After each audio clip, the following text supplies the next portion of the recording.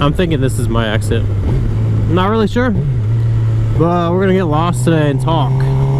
So there's been something on my mind lately, and it's something that is just coming out within the past couple years, and I put a lot of thought into it and thinking to myself, like, is this something that I could really see myself doing? And I'm really not sure. Like, honestly, like, there's so many things that I like and dislike about it, and we're talking about electric motorcycles here, right? So there has been like the Harley, there was the Harley, I forget what the freaking thing was called. Now, I'm not really big into Harleys, but I mean, if it were like the future of motorcycling, yes, I would probably be able to buy one. But I really don't think electric motorcycles are going to take off quite like a lot of people think, because, okay, so there's the Harley, which is not of interest whatsoever to me, which is why I never really researched them too much. So there's the Harley, and then there's like the Zero bikes that were electric too, and their range was like horrible. Like, you would pretty much be able to check the mail and go back home and then have to charge it again. Ridiculous. But now there's the Damon bike. Okay, so the Damon bike is claiming, okay, the base model Damon bike is claiming 200 miles an hour and a 200-mile range. So 200 miles isn't bad. Make sure I'm not gonna get rear-ended here. I like never ride in this area, so not familiar with the local idiots, but they're everywhere. So all right, let's fill up right here. Oh, I can't even do it. I can't even fill up. Right? You know why I can't fill up? Because ever since I started riding in my suit, I have not been able to carry my wallet. I mean, I could, but I don't. So I put my wallet in this little bitty tail bag, which is really convenient, by the way. If anyone wants to know about that, just hit me up.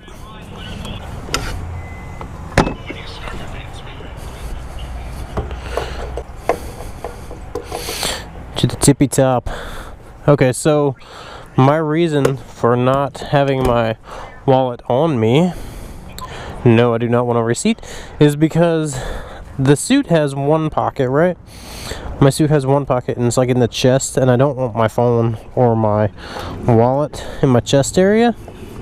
Salty key tag, you should probably pick one of those up. So I got Heather and myself this cheap little tail bag off of, I believe it was eBay. They're literally like $13, so cheap. And I cut all the straps off and actually rigged it to the original OEM seat. So all I have to do is put my key in there, boom, pop it off, and the whole thing comes off. Pretty sweet. So yeah, let's get back on topic here. See that sound right there? That is one of the main reasons I don't think I could give up gas-powered bikes. Could you imagine having an electric bike, right? And you go to take off, and you go, and nothing happens. Like, what is wrong with my throttle? Nothing. None of that. So could you imagine riding a bike and like not hearing that? Like, to me, the sound of the engine,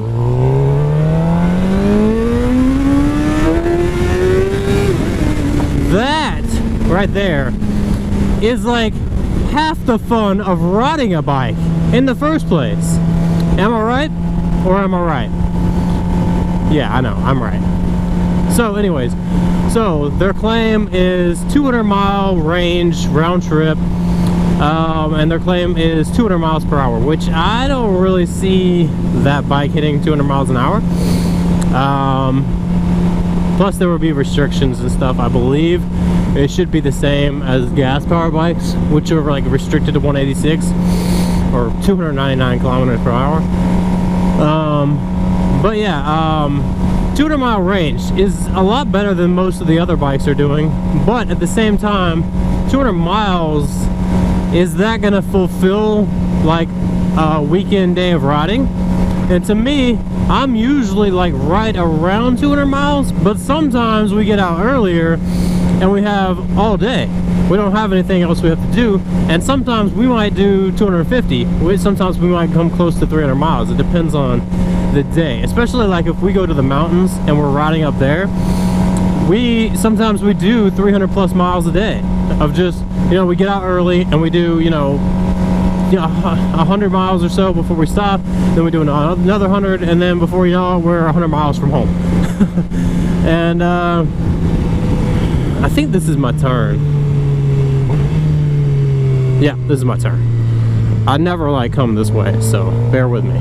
So yeah, so sometimes we do 300 plus miles a day, and I don't know if I could justify like, like halfway through the day, like, hey guys, sorry, I gotta go home and charge my bike. And I don't know if there's like, is there gonna be like a quick charge or anything like that? Because what if you do, like, say your average weekend riding is like 180 miles, but you're riding it hard, so maybe you're taking more. Like on my bike, if I ride it hard, I'm gonna use more fuel, right? And if you're gonna ride that bike hard, are you gonna be using more of the power? The battery power? I don't know. So anyways, you estimate you're gonna be riding 180 miles that day, but you have to plan for it. Like, that's my thing, is like, I don't want to plan for that. Like, the only time I've ever had to worry about running out of gas is one, in the mountains. Okay, granted, that is different. But I can get like 160 miles per tank on this bike, right? Plus, if I'm riding, you know, like really, really mildly, like I am right now. You know, I'm fourth gear doing 60 miles an hour. So, riding very, very tame. And I could probably get close to 180 miles on a tank if I were riding like this 24/7. But let's face it, that's not the case. So anyways, so that means that like I can fill up halfway through my day and last the 300 miles, right, for the whole day.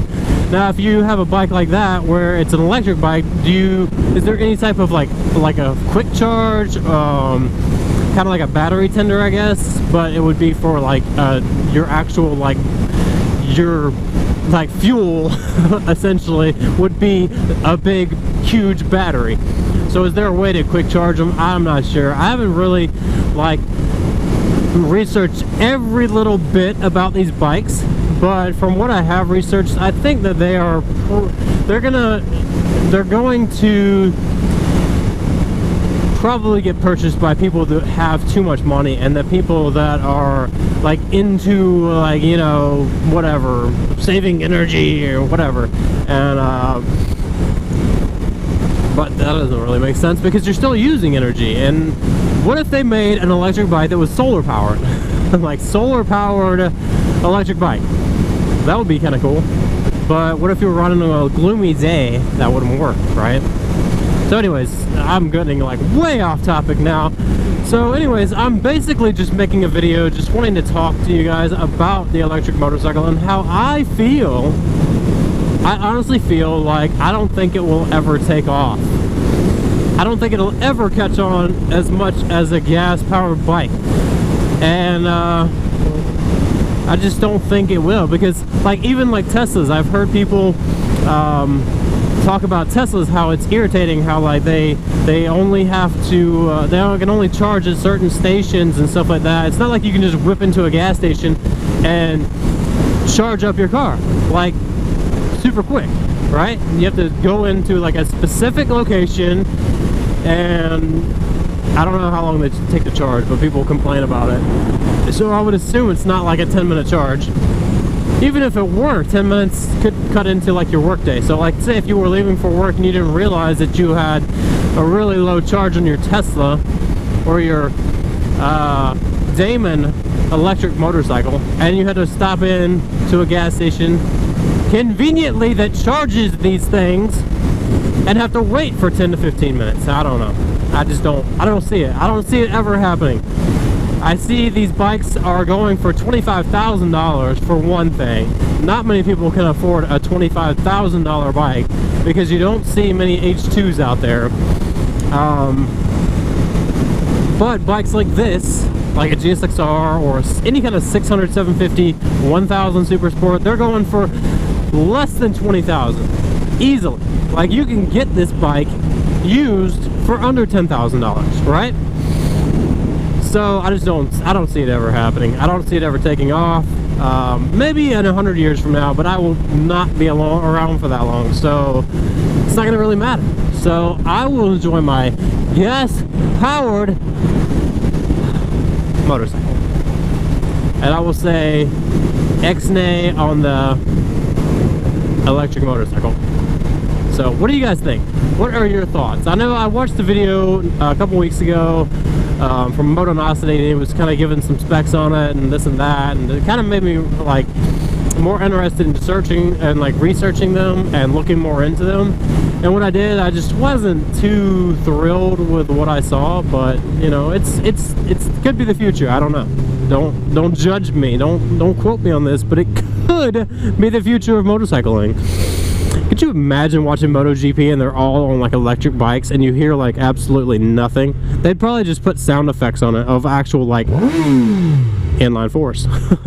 So alright guys, that's my take on it.